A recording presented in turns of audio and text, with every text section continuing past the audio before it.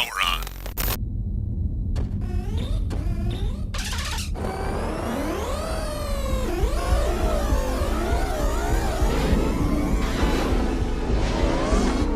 Now entering the gaming grid.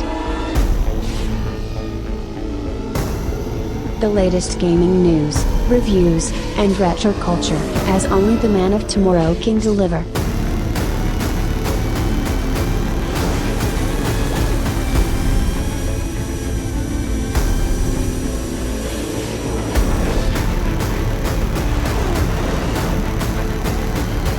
And here's your host, Brian Sovereign. Dearly beloved, we are gathered here today to talk about video games, baby. Because it is time for the gaming grid, and it is the Golden Stallion, the man of tomorrow, Savzu, the rated R radio star, Dragonaut 1, ready to bring it on. And this is, honestly, or no, I'm always honest with you. Frankly, this is, maybe next to Hard and Fast, this might be my favorite show to do. Because it's the one where I get to be positive, where I get to be happy about things. Mostly, certainly the positives far outweigh the negatives. But, opening this baby up, we got three big subjects to get into. One of them, of course, is some pretty serious vindication of prediction that I've laid out in the gaming grid previously, and that is that there is a new Nintendo Switch coming in September. We will talk about that later on in the show. But why don't we open it? We got some more Stadia news, and who knows what the hell else will come up. But let's open up with a little more Nintendo news, and that is the latest mobile outing for Nintendo. And that is as in their latest Android and iOS game getting released. Now, I'll say this. So we're going to talk about Dr. Mario World. And, first off, let me just say, I'm glad that we don't exist in a world anymore where iOS gets like a game for however many months before Android does. That overall in the mobile space, that seems to have gone away. It's not 100% true, but that used to be a very popular thing where honestly, really a game would come out for iOS and it'd be a couple of years before it would drop on Android, or, whatever, Apple would make some exclusive deal with Nintendo, kind of like what they did with Super Mario Run, and they would have it for such and so many months before finally, Android would get it. So Dr. Mario World specifically, which is actually a good name, right? Like Super Mario World, in this case, Dr. Mario World. And there's some similarities, honestly, between Super Mario World and Dr. Mario World. But it's a fitting name, but it did end up coming out for iOS and Android at the same time. In fact, it ended up coming out like a day earlier than it was supposed to. But it's out there now for everybody to play. It is not in beta. It's just done it's going to get updates, you know that. But it's out there. Now, I did the absolutely asinine thing of, it just doesn't make sense. In fact, there's a big conversation to have around this. I don't want to get too lost in the weeds, okay? But like on the Play Store, and I'm sure you can do this on iOS as well, you can pre-register for certain apps and games, before they end up getting released. This has been around for a year or two now. Where you can do this. In fact, I think I remember there was like a Terminator game that you could pre-register for, which I did. Maybe there's Star Wars games or whatever. So I went ahead and pre-registered for this. There's no point. It's a free-to-play game for one, so it's not like you're going to put your money down early on it, okay, even though it does have IAP, okay, it does have in-app purchases. They're not too bad, but they're also not great. But, so this pre-registering thing, even if it was something where you'd put the money down, pre-ordering completely digital content doesn't make a whole lot of sense, does it? And I do this. In fact, like with Audible, I have literally every Star Wars and Star Trek book that's going to be coming out. Every single one of those, because they'll put them up for pre-order months in advance, sometimes even earlier, more than that.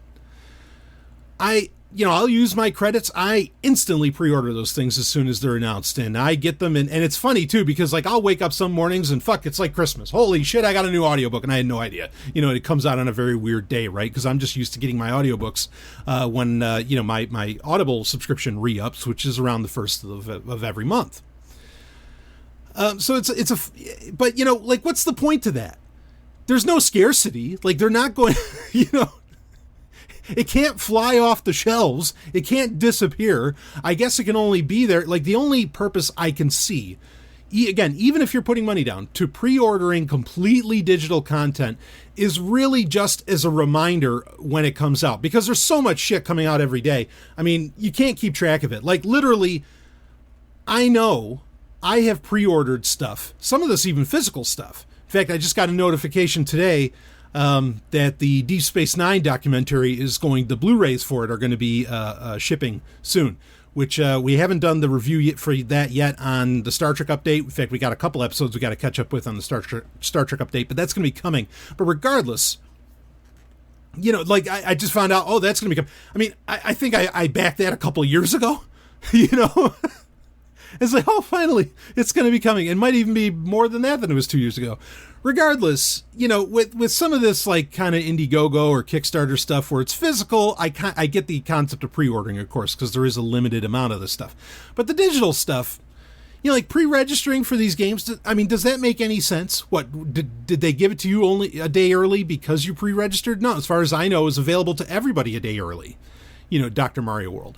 So, I don't get it. It's kind of stupid, frankly. And the only thing I can think of is just so you don't forget about it. But then honestly, like, why not shock the fuck everybody? And when if there's no money involved, when the game's done, then just release it. And again, shock the fuck out of everybody and be like, holy shit, you can go and you can download a new Dr. Mario game right now. I mean, to me, that just makes all the sense in the world. But oh, well, I guess that's not how it works. I mean, because sometimes with these games, you don't know if they're ever going to come out. I mean, like, what is it? Super Mario Kart Tour, right? That's coming out for mobile platforms, for Android and iOS. I mean, that's still been in, like, closed beta for months. You know, last article I read about that, I think, was early May. I don't get it. I don't understand. You know, I'm a game developer. I get that things can take time to come out. And you want to maybe, you know, build up a little bit of hype for it that it's going to be coming out. But then I never did pre-orders. I don't believe in that. You know, when the game's out, it's out. And you pay for it then.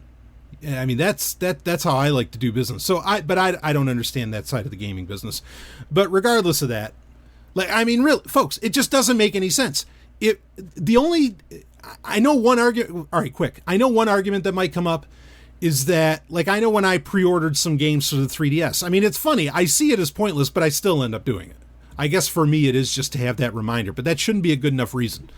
Okay, I know some games, when you pre-order them, they will, they'll download a couple days ahead of time. Again, when they're purely digital, they'll download a couple days ahead of time, and they'll be on your machine, and then finally when it strikes release date, you know, your console will let you play it. I mean, I guess that could be a valid thing, especially not for like a 3DS, because I mean, what at most you're going to spend 5 minutes downloading a game at most, you know, and that's more based on the speed of, it seems, of the 3DS itself. But like with an Xbox game, you know, with an Xbox One game or something where it's, I don't know, a terabyte. that's what it seems like. With all the updates you get and all the horse shit they make you download, it feels like, I don't know, maybe 2 terabytes. You know, wow, I just got I mean, I don't have an Xbox One, but I'm just playing a role here. Yeah, I just got the new Xbox One. I'm going to play the new Call of Duty. Yeah, no, I'll be online next week because I had to order an 8 terabyte hard drive just to play this game. No, I don't have any other games. This is the only one because it takes 8 terabytes. Fucking ridiculous. Whatever. So, regardless of that, I guess I can kind of see that, but then doesn't that point at there's problems with game distribution? It doesn't really point at why it makes sense to do pre-orders. I don't get it. Anyway, I'm not here to complain because I love talking video games. This is my happy show, right? Anyway, so Dr. Mario. Talking about Dr. Mario, and particularly here, Dr. Mario World. But just to give a little background, Dr. Mario, in my opinion, especially the NES version and the Super Nintendo version that came with Tetris and all that, that was actually a great version as well. The updated graphics and the updated music really work. They updated it similar to what they did with Super Mario All-Stars, where they took the Mario games from the NES and they put it onto one SNES cartridge, and they updated the graphics to 16-bit and all that. They did that with Dr. Mario as well, and it came with Tetris, and it was a really nice, convenient package that I think is worthwhile having, either as a ROM or, as the cartridge itself. But, the one thing that's missing, so I am one of those guys where I have, and on the NES, mind you, I have gotten to level 24, at least twice over. So on the NES, when you get to level 24, the game technically, like what you can choose when you get into the menu, Dr. Mario, you folks know what it is. I mean, it's like an altered version of Tetris, where instead of blocks coming down, it's pills that have to land on viruses in this little jar, little vial. And anyway, that's the score. It's a brilliant game because it plays with colors more so than Tetris did. It's really cool and very popular for 2-player. It is such a fun fucking game. Ellen and I have played it often. I mean, it's so great.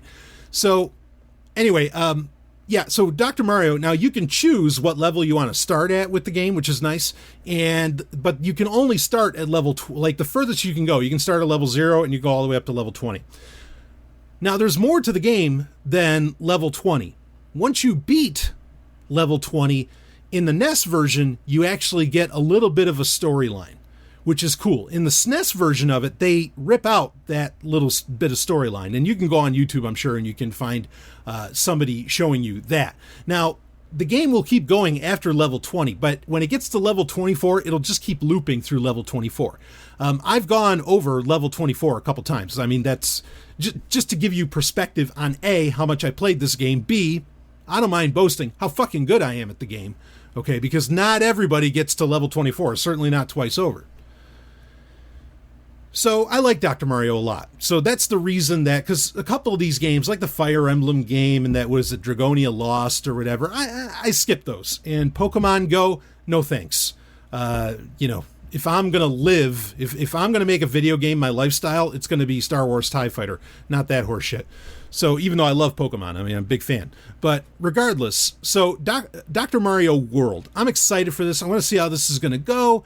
And I'm expecting a really horrible in-app purchase situation. It's not a horrible in-app purchase situation, but the game is very disappointing. And one of the other things that I was expecting was, okay, Dr. Mario, like Tetris, is such a precision game. Like, I mean, it's fast-paced, and it can go as fast as you want to go, and it really requires hyper-precision controls, more so than even some of the most demanding platformers. It really requires precise controls. And let me tell you something about precise controls. Precise controls and smartphones are like oil and water. They don't mix. It's just not, it's not a reality. It's not true. And, yes, you can hook up like, an OTG or Bluetooth, what do they call it? HID, right? Is that what it's called? A HID?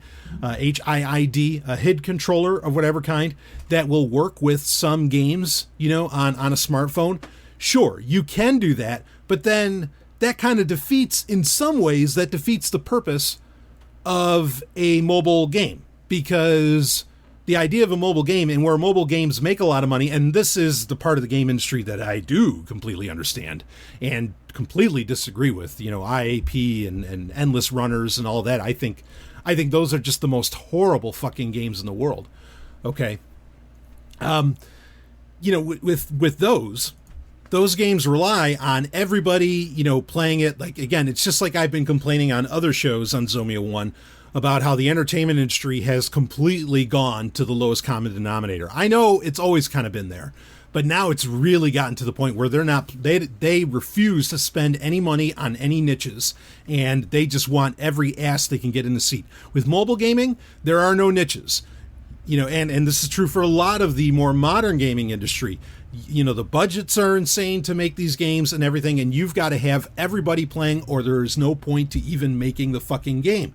That's the way it is. And to get everybody to play a mobile game, you cannot create friction by requiring people to connect a controller to it. It's not your game. You're going to lose probably 80% of your potential profits if you require people to play a game successfully.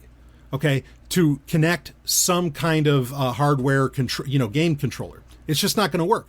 So I keep on calling it Super Mario World. Dr. Mario World is really just a fancy match 3 game, which inherently is boring in and of itself. I never understand why these games mean jack shit, but it's basically Dr. Mario, the original game. It's Dr. Mario in reverse, where instead of the pills coming down, the pills are going up. But the two elements that are removed from this, well, there's really one element, but it removes another by proxy. But the element removed is speed. There's no real speed involved here. Maybe you get a little more bonus if you do it faster, but basically the pill appears that you want to, use against whatever virus, say it's a double red pill or something like that. It appears at the bottom of the screen in a little circle, and in that circle, right there, you can actually adjust the direction, which you'd normally use a D-pad for on the original version of Dr. Mario. You can adjust the direction, is it horizontal, is it vertical? You can adjust that right there before you even put it onto the board. I mean, it's not Dr. Mario. Like, it's supposed to be kind of guessing. I mean, you sometimes know what's coming ahead of time, but so there's that part of it that gets eliminated, and thus the speed part of it is very much gone. And like there's something interesting where, kind of like in Dr. Mario, where if you had an extra piece, like say you dropped a blue on top of, in fact, in the original Dr. Mario, you had to have a line of 4. In this, you only have to have a line of 3. But say you did a 4 line of blue, but the last piece you used, you had 3 blue viruses, and you put the 4th one down, but the other side of that 4th blue virus was a yellow pill, or that the blue pill is a yellow pill, that would drop down and land on whatever it happens to land. Now that still happens within this game, but again, the speed part of this is completely eliminated. It doesn't exist. It's not there. And so the controls, because the speed's not there, the controls are very lackadaisical, where you're literally moving the pill onto the board at a certain spot just by using touch, by using, the tip of your finger. Okay, so it doesn't get tossed in like like Mario did in the game Dr. Mario. I don't get it. Like, again, and another major difference is that this is basically a copy of Match 3, and it's where before you used to have 4. Now I get it; it's a smaller screen than a TV screen, so it makes sense to maybe lessen the requirement to take out a line of viruses. But I mean, it's fine. It's just not exciting. And there's multiplayer, that's great, but it's just not exciting because the speed and a lot of the skill is completely taken out of it. And it just feels like more of this, which I've been talking about for a while. I'll get into a couple of other aspects about the game, but like I've been talking about for a while, where it's clearly made for the lowest common denominator. It's made so that everybody can play it. Look, everybody could play the original Dr. Mario. There's a reason it was such a wildly popular game. It's one of the best-selling games of its time.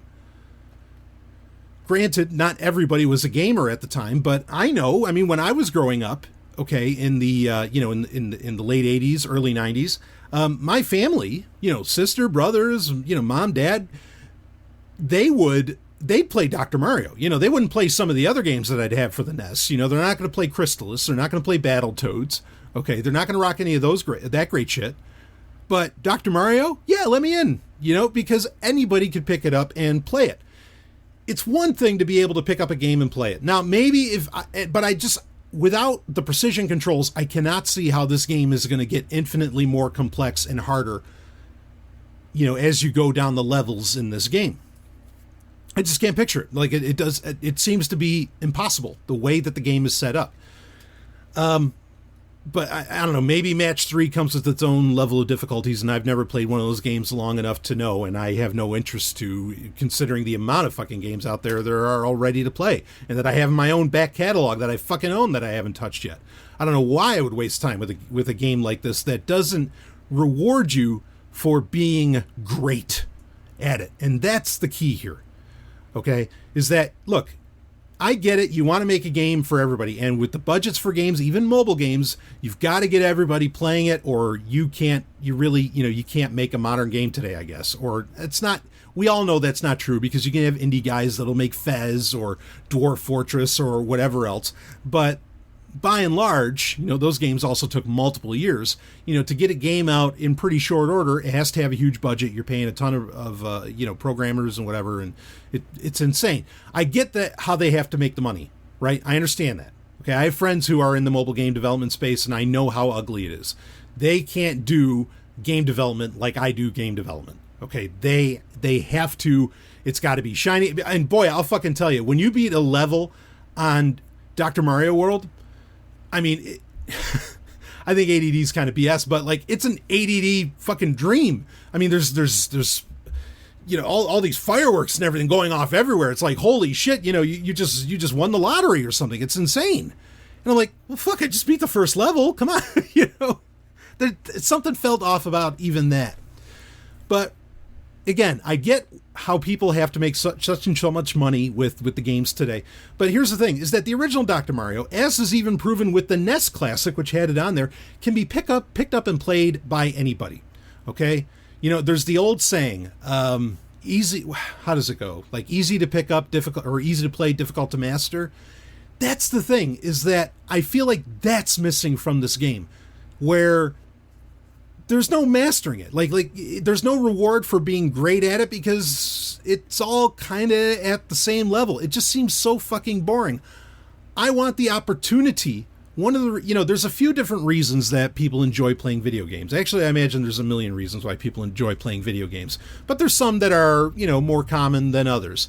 One of them is the thrill of, it's sportsmanship, which honestly, nothing wrong with that. I mean, fuck a lot of sports that exist out there. I'm a nerd. But sportsmanship is a very real thing, and in some ways, maybe a major part of the human condition. And, I've quoted this many times, and I love it because I think that there's a very simple inherent brilliance to this.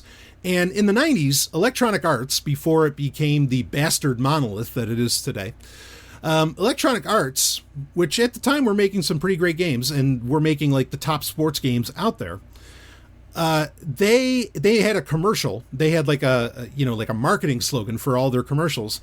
And the slogan went like this, the commercial would start up and it would be showing some old footage of some sporting event or whatever. And it would say, thousands of years ago, one man said to another man, I'm better than you and I can prove it. And thus the first sport began. And I love that. Like seriously, I mean, yeah, I know it sucks that it's man versus man. I know, but I love that. And that's the thing. Is that there's no real room here for being like that. It's not Street Fighter, I know, but Dr. Mario, there was payoff where you could get to, like, if you could do what I could do, you get to level 24 or beat it twice over, there's some bragging rights, and it's fun to be able to say that to people, and have some competition, over the matter. I'm better than you and I can prove it. I don't get that feeling with this game at all. It's not competitive. It doesn't have... not that games have to be competitive, but Dr. Mario World, I mean, one of the beauties of it was doing two-player, quite frankly. It's fun to do it single-player as well and get that little storyline payoff at the end. But yeah, it's missing that. It's missing that edge. And so I don't know if this is really going to take off. Now, speaking of what else is with the game, speaking of storyline, so there is like a little bit of a storyline in this, and you do go around an overworld map, much like you would in later Mario games, particularly Super Mario World, though even the overworld map really started with Super Mario Bros. 3. That's there, but it doesn't really mean much as far as I can tell. It just feels very boring, and I know that mobile games inherently are meant to be casual. But while Dr. Mario, again, was a casual game when it originally came out on the NES, but it still offered you the opportunity that if you want to become really fucking good at this game, we got your hookup, and we're going to give you the levels and the mastering and everything. We're going to give you the ability to play this game at that level if you want to. And that's missing here. And so it just doesn't feel like Dr. Mario, and I just say fuck it. Uninstall right away. Not interested. Thanks. See you later. And I know, I mean, like, one of the amazing things, in fact, I almost think this is a brilliant move on Nintendo's part, because Nintendo's not really making their Android and iOS games, right? DNA, the company DNA, is the one making these games, and they've been making them across the board. Good on them, because then one day, much like can be said for some of the like satellite, like Zelda games, and some of these other ones where they were actually made by other companies, even though it was a Nintendo property. Nintendo can look back one day and say, I know it's a Mario game. It was Fire Emblem, but that really wasn't us. Whenever there's finally some kind of backlash against this whole thing. And I don't want to get into the Nintendo Switch Lite news yet, but I think that has some bearing on what's going on here. And maybe the reason actually that Dr. Mario World got released a day early was because they knew the next day their big announcement was going to be the Nintendo Switch Lite, and that was just going to take over the internet. And it has. Smart move by Nintendo. And boy, if you're wondering just how great a company fucking Nintendo is, I mean, they own the internet for like 2 days straight. There aren't many companies that can pull that off. And certainly not with the smiles that Nintendo does. So, I mean, kudos to them. But Dr. Mario World, in my opinion, total pass. Just like, I mean, even, the Animal Crossing game, which that is like a slow game by design. I don't know how well that game's doing. I think that's the game series that's the most amenable to mobile platforms. Like, that should just be owning everything as far as mobile games go. But somehow I get the sense that it's not. I don't really see a whole ton of people talking about that. In fact, more so, they're waiting for the new Nintendo Switch Animal Crossing game, which that says something in itself. But anyway, let's get into some other news here. Let's talk about, pun intended, the real game changer in the console space and really in video gaming in general. I'm not saying it's the direction I want things to go, but, as the old saying goes, I know a winner when I see one. And this, in my opinion, is an absolute winner. We have talked about it over multiple episodes of the Gaming Grid, and for good reason, because I think this is really going to dominate the console space. And in fact, I think the Nintendo Switch Lite may be, I mean, it was always going to be a response to this, but it might be a very direct response to Google Stadia, which is what we're going to talk about here. We'll get into that when we talk about the Switch Lite. But regardless, we have a little more clarification that ends up 9 to 5 Google found out about it, ended up being in the fact page for Google Stadia. But we were wondering about how exactly does buying the games work for Google Stadia. We know that there's there's like the free tier. So you can buy, actually you don't even need the Google Stadia controller. There's a free tier to Google Stadia, but then there's the Stadia Pro subscription, which runs, what did we say that was, like $10 a month or something like that? We found out that does come with some games, and one of the critiques of that was, well, what if you stop paying for your subscription? Do you fucking lose everything? How far you got in those games? I mean, you never really owned them in the first place. You can also buy games straight from Google Stadia, from their store. Like, you can buy Mortal Kombat 11 or Doom Eternal or whatever. But there are some games that come with your subscription free. But then what happens when you stop paying for that? And here it is from the fact for Google Stadia. If you stop your Stadia Pro subscription, when you rejoin Stadia Pro, you may retain the progress you made in previously unlocked Stadia Pro subscription games and in add-ons you previously unlocked or purchased.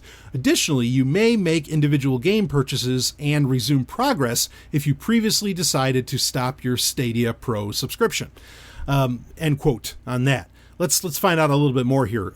The document also reveals that if you're away from your home Wi-Fi network, you'll still be able to use the Stadia controller via USB on computers or Android devices. Quote from the FAQ: the Stadia controller uses BLE, which is Bluetooth Low Energy, for setup and then continues via Wi-Fi for gameplay. You can also connect your Stadia controller to your phone, tablet, or computer with the USB cable plugged into the Stadia controller's USB-C port.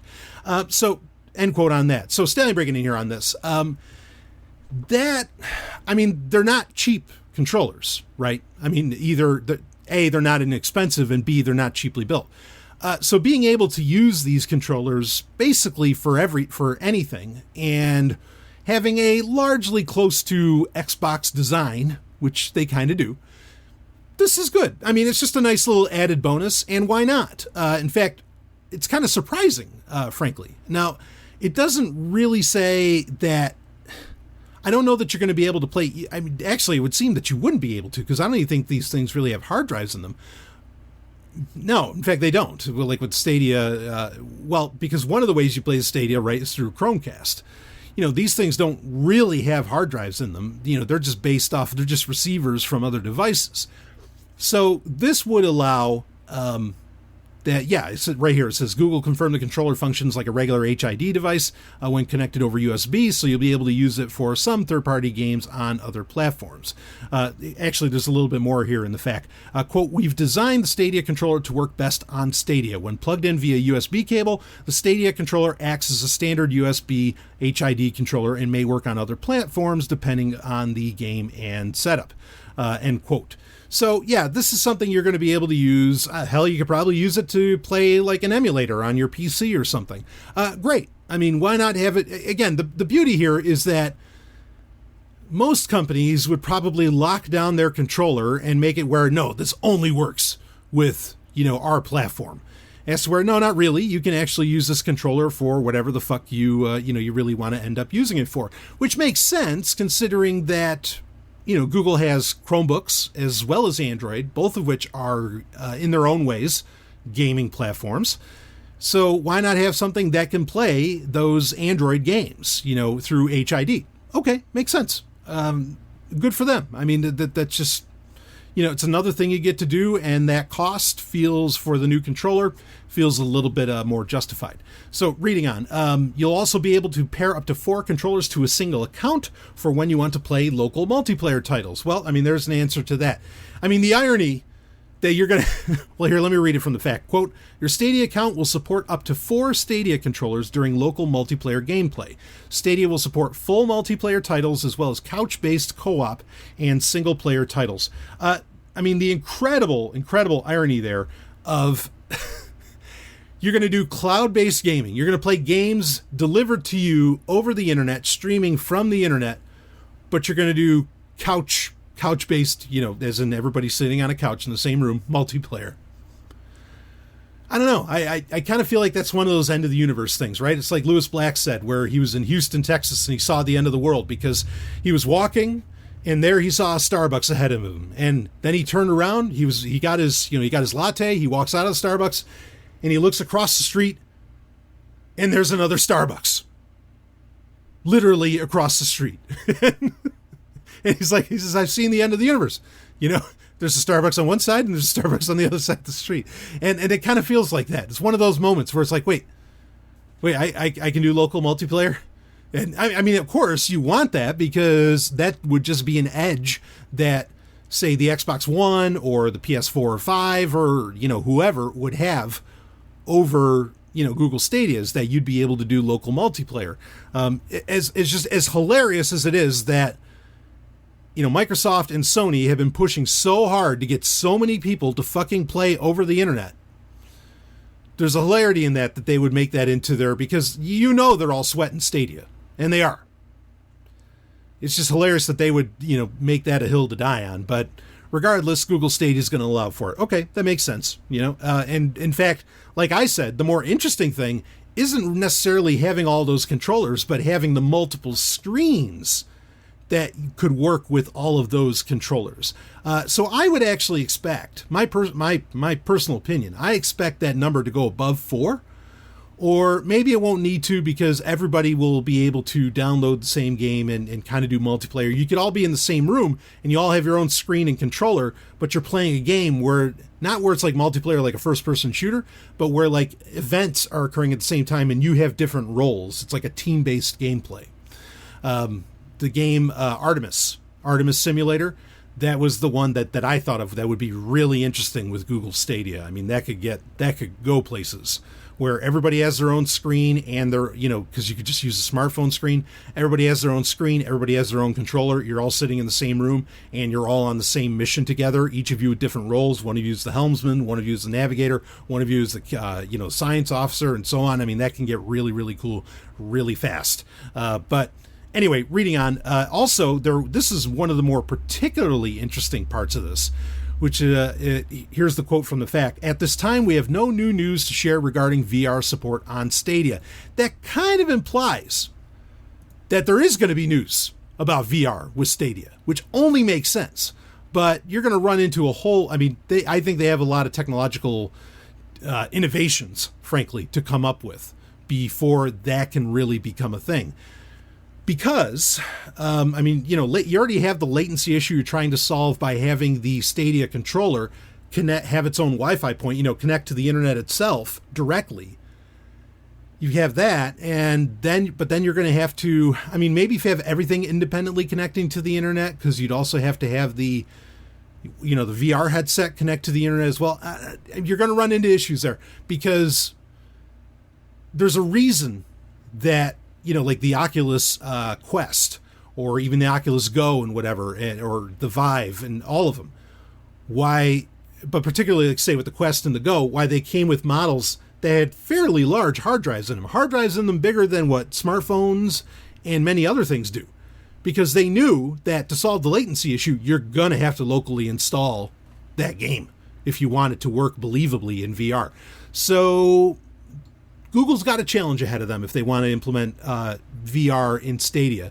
I think it's smart of them to do so, because I think the Oculus Quest it's going to be a slow burn, or it's going to be like a slow development.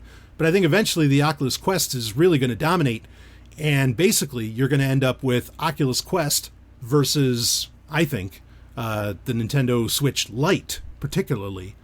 But, we'll talk about that more when we start talking about the Switch Lite.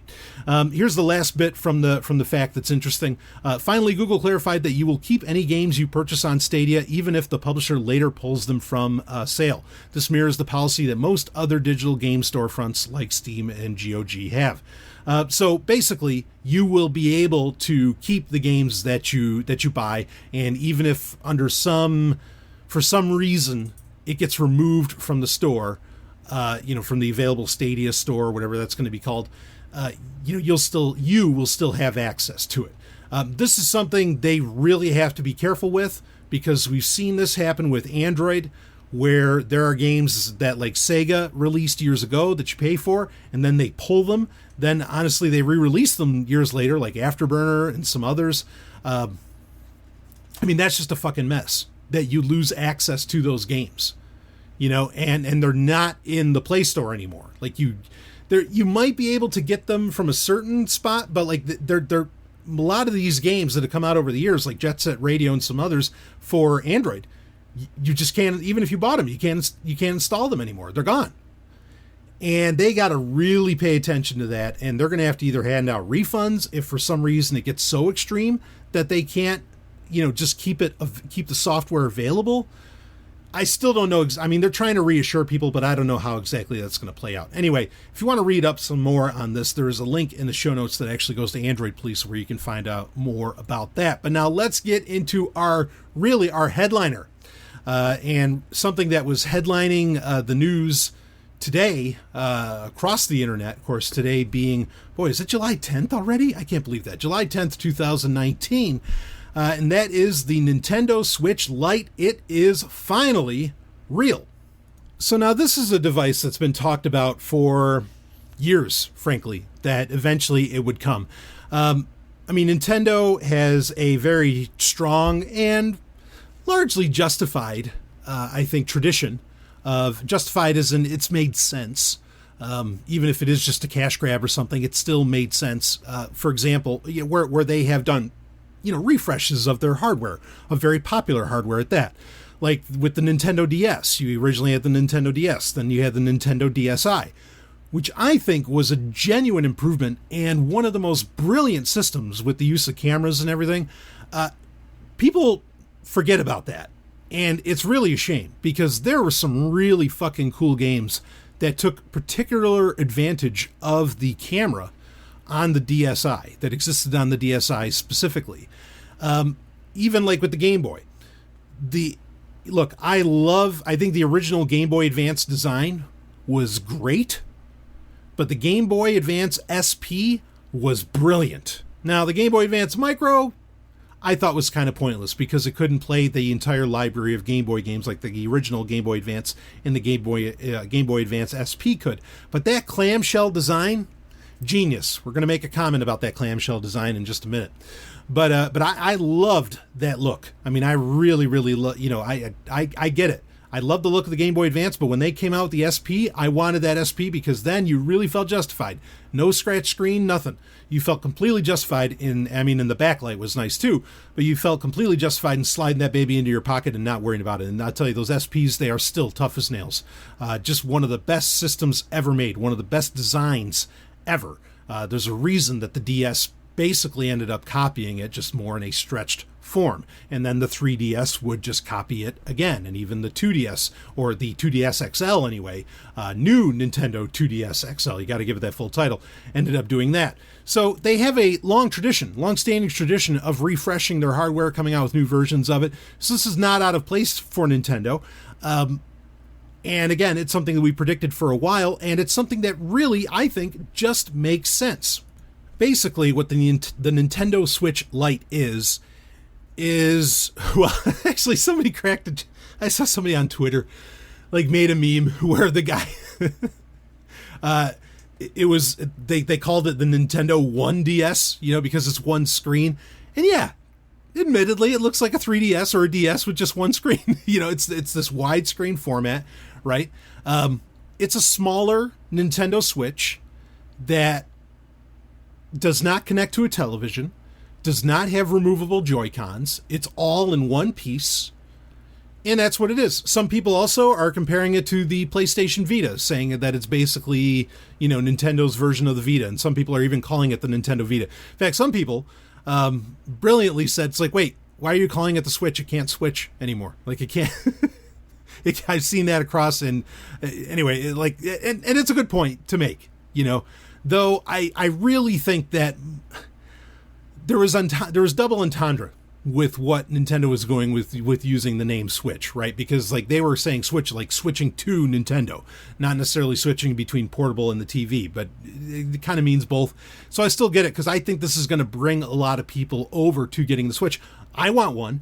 It's selling for $199 as compared to $299, $299 for the the traditional Nintendo Switch. A lot of people are complaining that a Switch Pro wasn't announced. Some people are saying that in the actual video, which I will link to in the show notes, the video announcement out of Japan for, it's subtitled and everything, for the Switch Lite looked like in the background it was showing a new model of the larger Switch, of the original Switch, but it was a larger model. So some people think that might be the Switch Pro. Who knows? I hear that. It would have been nice to announce two different versions, but also they don't need to. They really can just get away with saying, no, we're going to come out with the Switch Lite. Here you go. And it is coming out September 20th, which is the same day that the remake of Link's Awakening is coming out. There is not going to be a special edition for that, at least not on the 20th. There is going to be a special edition, I think, November 8th for the new Pokemon game, Sword and Shield, right? That will be coming out in, I think, again, November 8th. That'll be out there, which is when I think the actual Pokemon game will be released as well, so they can't release it till then anyway. That looked pretty nice, gotta admit. I'm sure there's going to be a bunch of special editions of the Nintendo Switch Lite. As compared to we could talk about the differences a little bit here. As again, it does not have removable Joy-Cons. You can buy Joy-Cons, though. You can buy Joy-Con controllers, and basically any controller you can buy, as long as it's a wireless one, because this is missing, I guess, some other ports. You can buy, the Joy-Con controllers, the Switch Pro controller, and so on. You can buy those and connect them to the Nintendo Switch Lite, but the controls are baked right into the Switch Lite. And the beauty of that is, and this really is a beauty, is that we have finally, and I know this is, I don't have a Switch, but I keep up with everything Nintendo's doing. I still love my new 3DS. Big fan, and I'm not going to get rid of it anytime soon, even with the Switch Lite coming out, which I'm going to get my hands on. But I know everybody was complaining about the fact that the Switch on the left side traditionally it had it had buttons instead of a directional pad, instead of a traditional D-pad, it had directional buttons. And that was because you had to kind of change the way you'd hold the Joy-Con for different games. I understand why Nintendo did that, but everybody was dying for that. In fact, what's the company? Hero? Hori. I think the company is Hori. They came out with a Joy-Con that had a D-pad on it, and that thing sold gangbusters because so many gamers wanted that. Well, I think that that's a win for the Switch Lite to have the D-pad on it, and it makes sense since you can't disconnect the controllers to use them in a different formation. Anyway, but that also means there's no motion controls on this. Again, if you want that though, you just buy a pair of Joy-Cons, which I know they sell for like $70, and at that point you're spending $270 for a Switch. Add in a game on there, and then you're basically paying for the price of a full-size Switch. So just on this point alone, and we'll talk about some of the other differences too, but just on this point alone, really the Switch Lite is for the people that want a Switch in this fashion. And we'll talk about what that fashion is. But you gotta want, in my opinion, I think it makes more sense to want the Switch. Really, you can do local multiplayer. I know that, as in like over like a local network. I know that you can do multiplayer over the internet. And yes, on this, one of the other differences, the big Switch has a 6.2-inch screen built into it, and it has the kickstand. The Switch Lite has a 5.5-inch screen, which is smaller than some smartphones, so especially today, and does not have the kickstand. This is a system meant more for single player. There's no doubt about that. Okay, and so you kind of have to want it for that. And I'm going to touch on that in a minute. But let's talk about the rest of the differences. Again, it cannot connect to a television. It will not fit in the dock. It won't work with the dock. It's not meant to do that. Okay, that's not a big deal. I like my devices having independent screens anyway. They don't need to connect to a TV. I hate the fact that to some degree, that I even have a TV. But, and then there's times where I don't. But regardless, it's not something that I watch actual like TV networks on. Fuck that shit. But my point being, I like it having an independent screen. That's cool. That's why I've loved the 3DS for so long. So that's another difference.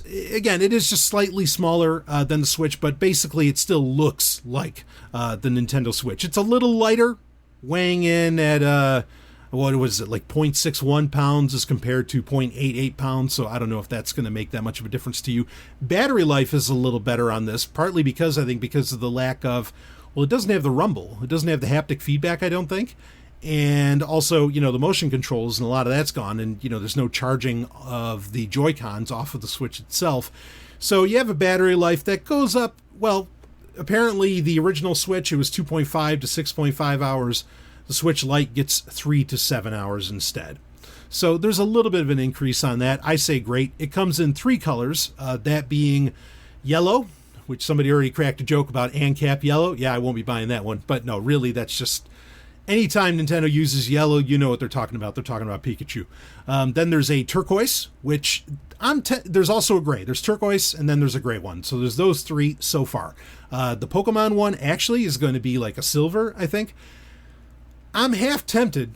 I'm probably going to go with the gray, but I'm half tempted to get the turquoise, partly because that turquoise color has become synonymous with Zelda now. And for example, there was 2 different colors, there was just the first color, I think, originally, for when the new Nintendo 2DS XL came out, which was the latest version and is the latest version of the 3DS family. When that came out, it originally came out with that black and turquoise color, which is ironic because the Zelda game that uses that color scheme is Breath of the Wild. But there were no like Breath of the Wild related games. There's tons of Zelda games, but there's no Breath of the Wild related games on the 3DS. But it was there, and I think it was really to hint at this is a stepping stone to playing with the big boys. And am I going to get Breath of the Wild for the Switch? For the Switch Lite? Yeah, of course I am. That gets to another point. But anyway, the turquoise has really become synonymous with Zelda lately in Nintendo's eyes, even more so than the color green and gold, which is, the traditional colors that you associate with Zelda. So I might be okay with the turquoise. If the gray is what's available, there's no, as far as I know, they're not doing pre-orders yet. Nintendo is terrible about this. I hate that. But I'll do what it takes, to get my hands on it come September 20th. We'll see. But yeah, I'm good with either the turquoise or gray. And again, the turquoise mainly because of that Zelda connection, because, I love those games. So now something of what games are compatible. if the games, now if they're tabletop games, because there's 3 game modes for the Switch. Again, that is partly where the name Switch comes from. There's TV mode, tabletop mode, and handheld mode. Games that require TV mode will not be playable on the Switch Lite. Games that require tabletop mode, you're just going to have to buy Joy-Cons to be able to play those. And then obviously all handheld mode games are going to be available, are compatible with the Nintendo Switch Lite. Now, there's no discussion of whether or not this had a cartridge slot, but I think in the pictures you can see that there is a cartridge slot. So they didn't go that far to where they were going to say, oh, you need, this is going to have like a built-in hard drive, you're going to be able to do digital only. Fortunately, they didn't go that route, and I'm really glad for that for a lot of reasons. But regardless of that, so it's $100 off. Basically, you're losing TV mode and the Joy-Cons. To me, doesn't matter. Like gaming, here's what I want from Nintendo, generally, okay? I mean, I love what they've been doing with the retro consoles, and I'm glad that they started the entire retro/mini console era. I'm really, really glad that they did that. That's what Nintendo does. They're trendsetters. They, unlike Apple, unlike all the tech companies that you can talk about, they are genuine trendsetters every time they do something. And this is more of that. But the thing I really want from Nintendo is the Game Boy experience, right? Nintendo's foray into not mobile gaming as an iOS and Android, but as in, like, shall I say, portable gaming, has really always been its greatest strength. And I think that their portable systems have always been the standouts.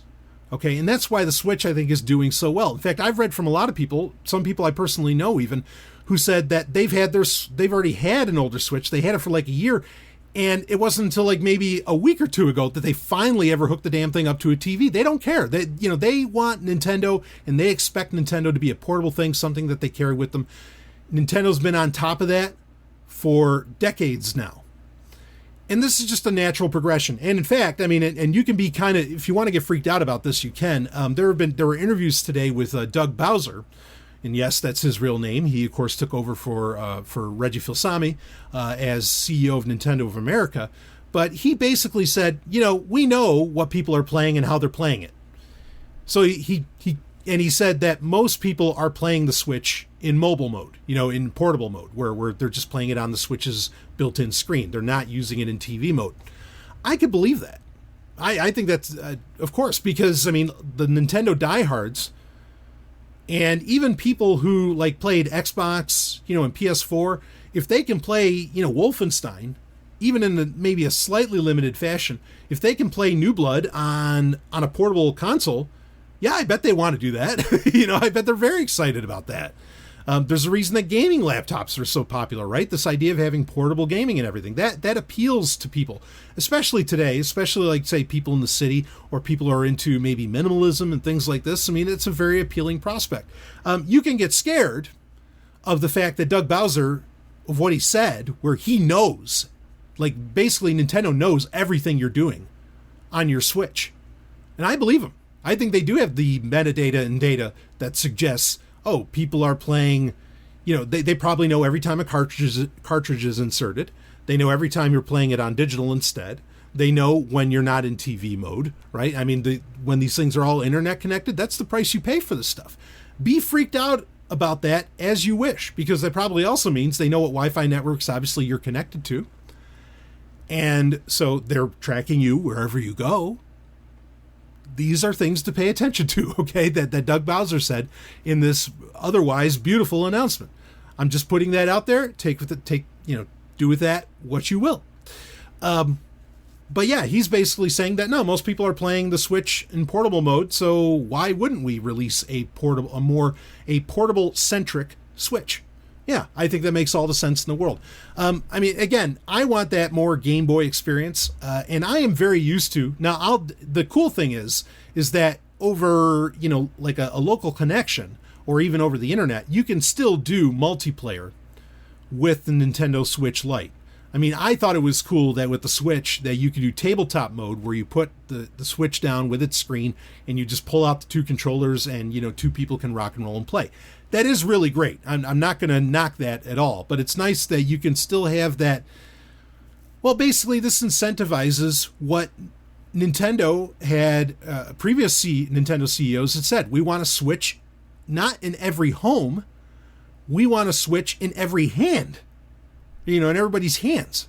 So they want a Switch per person, not a Switch per home, which that's a bold move, but they just made that move. And I think they can pull it off because that $200 price point is fucking great. You know, I mean, that's what the 3DS cost not long ago. And that had no problem selling. That had no problem getting in everybody's hands, right? And this is something that, look, Sony tried. And hey, the PS Vita is a kick-ass system. I am not going to knock the Vita for anything. Dragon Crown, I am there. Okay? But Sony failed. Let's just call it. Sony failed on that. Microsoft hasn't tried. Not really, not seriously, even though you could say that xCloud is going to be an attempt at that. In fact, there's even like in labs now, Microsoft has been developing an Xbox controller where it's kind of like a Switch with two Joy-Cons, where each side of the controller sits on each side of whatever screen, be it a tablet or smartphone that you're playing it on, where, you know, I mean, they're looking to kind of go in that direction. But basically my point is that, I mean, Google's doing it with Stadia to some degree, but where, you know, these guys banking on their consoles, they are not going to they don't have the potential yet to where everybody has to own their own, right? Now, I know there's some homes where, you know, like, I don't know, there's 5 kids there and probably 3 out of the 5 kids, each one of them might have their own Xbox One or something like that. I know that that's kind of a thing. But again, the fact that this is an all-in-one system just makes that all the more attractive. And I think it makes it all the more plausible and possible because you remove barriers to entry. You don't have to buy more controllers. I mean, if you want to, you can, but you don't have to buy more controllers. You don't have to buy a television to hook that baby up to. You don't have to buy all the HDMI cables. You don't have to buy the bigger, I mean, yeah, you have to buy an SD card, or, you know, if you want to expand your storage and all this stuff, but there are so many costs that get ripped away. But it's also largely considered a modern console that will play Mortal Kombat 11 to some degree, that will play, you know, all these games that you're thinking of. This is a surefire winner, just like the Nintendo Switch was. I think the Switch Lite's just going to take it to, well, you know, it's cliche to say, but it's going to go to a whole other level. I'm ready, you know, and I've been saying this for a while. That I said, you know, as soon as they come out with a more, you know, a newer Switch, either with updated parts or whatever, or if it's one that's more portable centric, okay, that I can slide into my cargo pants, I'm there. I'll jump on it, okay? And I had said also, this is where the vindication comes from, because Nintendo said that for E3 2019, they made it very clear, we're not announcing any new hardware at E3 2019. And I said on the Gaming Grid, just, you know, a couple months ago, I said, that doesn't mean anything. They may announce it beforehand or they will announce it shortly thereafter because Nintendo, they can make their own news. They don't need E3, right?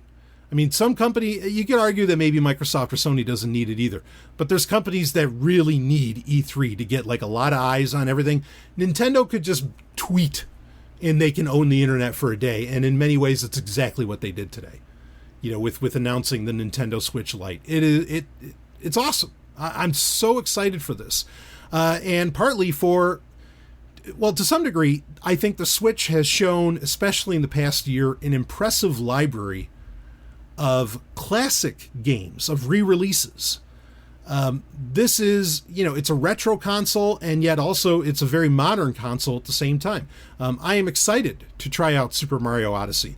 I'm a little worried. I mean, with like, and of course I can't wait to play, you know, the remake of Link's Awakening. That's going to be fucking amazing. Here's to you, Chris. But, you know, like Breath of the Wild and some of these other games, the only problem I have with them is that because they constantly get updates and it's almost like they get seemingly endless updates, I'll admit I'm a little worried. I don't like games that don't end. I want an ending to games. Now, with Breath of the Wild 2 coming out, maybe finally there is going to be an end to Breath of the Wild 1. I hope so. But I really don't like games that don't have some kind of ending. Unless it's like, a simulator of some kind, like, say, TIE Fighter. Okay, well, I mean, even that has an ending, but you could go through custom missions and all these other missions, for all time if you really wanted to. But yeah, I worry about that. So I don't know how many of those games I'm going to get into. But certainly there's a great collection of classic games that have had great re-releases, like the Sega Ages collection on the Switch, and it's only on the Switch. Actually, I said to somebody on Twitter earlier, I was like, yeah, the first game I'm going to buy for this is Night Trap. Because back in the 90s when Night Trap, just look it up, read the history of this game. But there's a 25th anniversary of the game. I actually already have it on PC, but I want to get it on the Nintendo Switch for a reason. And that's because the CEO of Nintendo at the time in the 90s when Night Trap first came out, it's a game that it's a very controversial game, okay, in perhaps how certain women in it, what happens in it, what the content is. I mean, it's tame compared to anything today, but regardless, there was a big deal around this game back then. And Nintendo came out and said, Night Trap will never be on a Nintendo system. Well, guess what? Night Trap 25th Anniversary Edition came out on the Nintendo Switch. So that's the first fucking game I'm going to get for this. Just to fuck with Nintendo. As much as I love the company, and I do. I am such a fan. But there's plenty of other games that I really want to grab on this. In fact, there's a lot of games I've picked up on PC over the past couple of years that now I kind of wish, I wish I just waited for this version of the Switch because I'd much rather have it on the Switch. Like a lot of the Mega Man collections, some of the Street Fighter collections and so on, they're all available on the Switch. And to have those in a truly, I mean, sure, I can put them on a gaming laptop and play them anywhere, but to have them on a truly portable system, oh, that's mighty enticing to have all that. That's a very exciting thing. And I'm interested to try out Switch Online. I know there's a lot of exciting things going on with that, even though a lot of those games I actually have on my 3DS. But regardless, Captain Toad, I'm excited for that. The Donkey Kong Country, was it Tropical Freeze? Excited for that. My 3DS is not going to get any time off. Don't confuse me, okay? Because I've been a standard bearer for the 3DS for a long time now when everybody else has said that it was dead.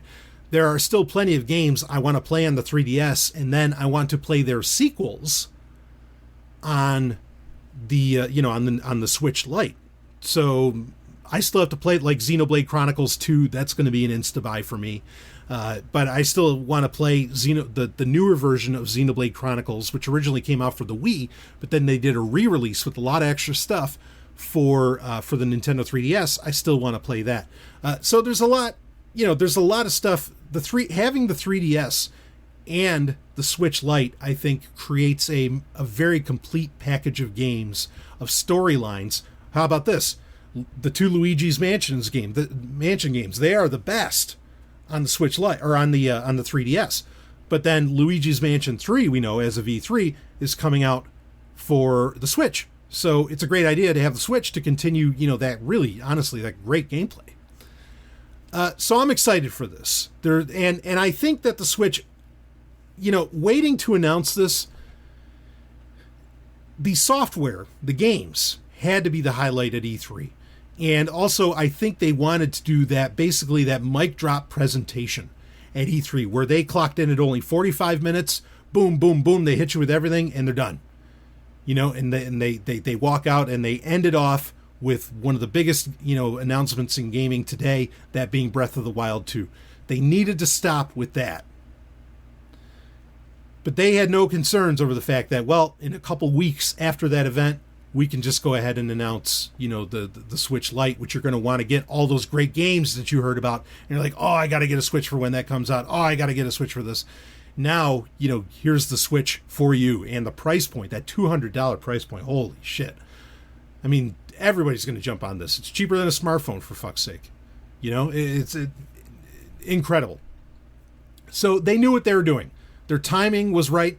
And also, I think they wanted to, I think it was very smart of them to let Google get all their announcements out, Let Apple get all their gaming announcements out. Let all these other companies get all their gaming announcements out. And then out of nowhere, and Nintendo does this all the time, but then out of nowhere, just say, okay, here's a Switch Lite, $200, have a nice day, and just go on.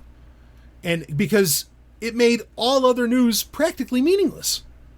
It really did. Everybody's talking about this, and I think everybody's going to be talking about it, salivating for it for a good long while. I'm glad it's only a couple months that we have to wait for the damn thing. And if there is a pre-order option, I am ready. Let's make this fucking happen. Man. So the Switch Lite, I'm excited for this. The other reason, I wanted to touch on this quickly. The other reason that I think that this is an important release is because, so we know with Oculus, which I have said, the Oculus Quest, and not only have I said this, but also John Carmack, one of the top guys at Oculus and one of my heroes, frankly, he said our competition is the Nintendo Switch. So he basically put Nintendo in the crosshairs. And he has, John Carmack, Oculus, has Facebook's money, which is a lot, obviously, behind it. Okay, so they can go for a good long haul if they need to. And I think they're going to ultimately win that long haul against a lot of other consoles, except for maybe Stadia. For them to think their competition is the Switch, here's what Nintendo sees themselves in the crosshairs, right? They know what they have to do. It's Duck Hunt. They know what they have to do. Okay, so the Oculus Quest is a completely independent system, and it operates totally independently. It's single player. Yeah, you can do multiplayer with other people over the internet and all this, but it is a singly engrossing way of playing games, because you put on the VR headset, the rest of the world is gone, and you're in another one. The Switch Lite, without VR, which you still have the Labo, right? There's still some degree of VR involved with the Switch. I wouldn't be surprised if down the line, in the very near future, we see a Switch Lite version of the VR kit, that being Labo from Nintendo. I think that's going to end up happening. And I think they had to get the weight down on this thing. They needed this to be, for a lot of reasons, for the way that you play the games is a more singular, not so much a multiplayer thing, but it's a more singular thing. Or if it's multiplayer, it's with other people that have the Switch Lite. They needed a competitor for what Oculus is doing. And I think that this is the right direction to go. And I think that they're figuring things out right now with Labo to see where that, where can that play in with the Switch Lite. I think that's going to end up becoming a thing. Is there going to be a Switch Pro down the line? Yeah, probably. And that's going to appease, a different clientele. Maybe that does want to play it on their TV. But the Switch Lite is the thing that is going to compete, because it's that screen that's everywhere. And I know what you're saying. Well, but the big Switch can do all this. Yeah, but the big Switch doesn't cost $200. That's the key here. Is that price. That price has to be competitive with the competition. And right now, the Switch Lite, in my opinion, is an even better value proposition than Google Stadia, which to jump on Stadia right now is going to cost you around $150. So this is not far away from that. So I think the Switch Lite, this is what has to compete with the future of gaming that's coming, or the future of one of the more streaming gaming of that style of gaming. Because then there's retro gaming, which the Switch can do very well as well. The retro gaming community, they're moving in a completely other direction, and we've been talking about that for a while, and there's plenty of options as far as that goes, right? Which, by the way, I wish there was. There's no real new news for the TurboGrafx 16 Mini. As soon as there's news for that, I'm going to bring it to you on the Gaming Grid, because I am first and foremost a retro gamer. And again, with the Nintendo Switch, I'm looking to either A, play the titles from retro characters that are new, or play the retro titles with their best foot forward, because I know how much has been added to those Sega Ages titles, and I'm really excited to give a lot of that a shot. And there's some other things too, so I have, in fact, it was my game of the year, Double Dragon 4. I love this game. Right? Classic 8-bit style, the whole thing. I've been dying to play that on a portable platform, and just have that ready to go at any given moment, because it's one of those games that can really do that. Along with also Mega Man 11 and some others. it'll be great to play it on the Switch, and I'll be jumping on those. But anyway, that's it for this episode of the Gaming Grid. I am so fucking excited for what is coming with the Switch Lite. I think this is going to bring in a whole other, group of gamers that are finally just going to be like, okay, well, $200. How can I say no to that? And I agree. And also, this also does play into Nintendo's strategy that they've had for decades, where the way they think is that, they pretend their competition in many ways doesn't exist, minus Oculus. They think, okay, yeah, you might go out and buy a PlayStation. Yeah, you might buy an Xbox. You might get one of those. But the one thing you're definitely going to have, you're going to have a Nintendo system, no matter what. And the Switch at $200, that's them making that a reality again. So very excited for this. I can't wait for September 20th. I'm going to be on board. And certainly I'm going to be playing, the remake of Link's Awakening, and going to be doing that one for you, Chris. You know what I'm talking about.